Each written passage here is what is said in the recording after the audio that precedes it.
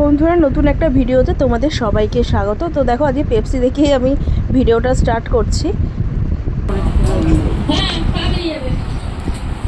এই পেপসিগুলোর কথাই বলছিলাম, যেরকম মোটা মোটা পেপসি টেস্ট বেশি। এগুলো কত করে নিল বুঝছো? কত টাকা? অনেক কম নিয়েছে। আমি এই পেপসিগুলোর কথা বলছিলাম, যেরকম মোটা মোটা আগে খেতাম যখন স্কুলে পড়তাম রাজাদের সরকারে।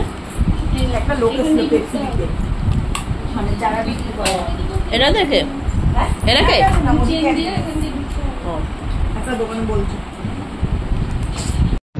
আর দেখো এদিকে আইসক্রিমও আমরা খেয়ে নিচ্ছি। দিদি আইসক্রিম এনেছিল, তো গলার অবস্থা খুবই খারাপ, কিন্তু তবু আইসক্রিম খাচ্ছি জানো তো। কিন্তু তবু গলাটা এখন অনেকটাই ঠিক হয়ে গেছে আমার কালকের তুলনায়।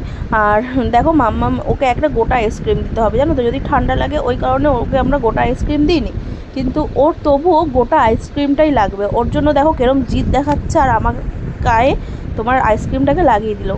দিদি একটু কামড়ে দিয়েছে বলে তাই ওকে আমি গোটা আইসক্রিম এবার দিল, তো ঠান্ডা লেগে যাবে ওই কারণে আমি দিইনি, কিন্তু ওর চলছে না, ওকে গোটা আইসক্রিমটাই দিতে হবে।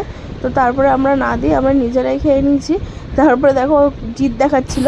তো বন্ধুরা খেয়ে মানে দুপুর আর ভিডিও করতে পারিনি, আজকে অনেক লেট হয়ে গেছে। যে 3:30 ঘুমিয়ে পড়েছে, মানে তোমার মেয়েও ঘুমিয়ে পড়েছে 12:30 নাগাদ, আমিও ঘুমিয়ে পড়েছি।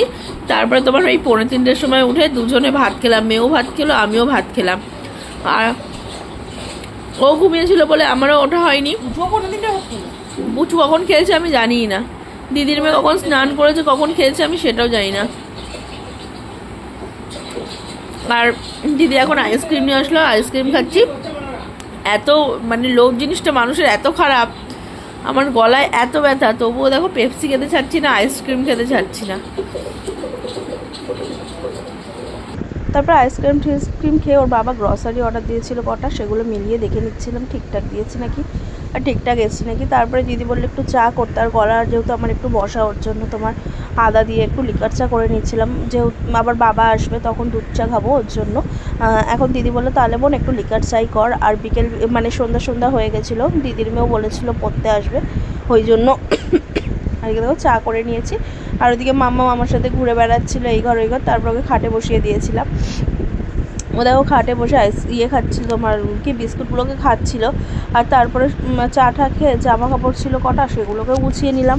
আর জামা কাপড় অনেকগুলোই ছিল জানো তো, প্রতিদিন এত কাঁচা বেরোচ্ছে না কি বলবো। আর ওর বাবা বলে কি, ওর বাবাকে যদি বলবে কি ওয়াশিং মেশিনে দিয়ে দাও, কিন্তু আমার না ওয়াশিং মেশিনে পোষায় না।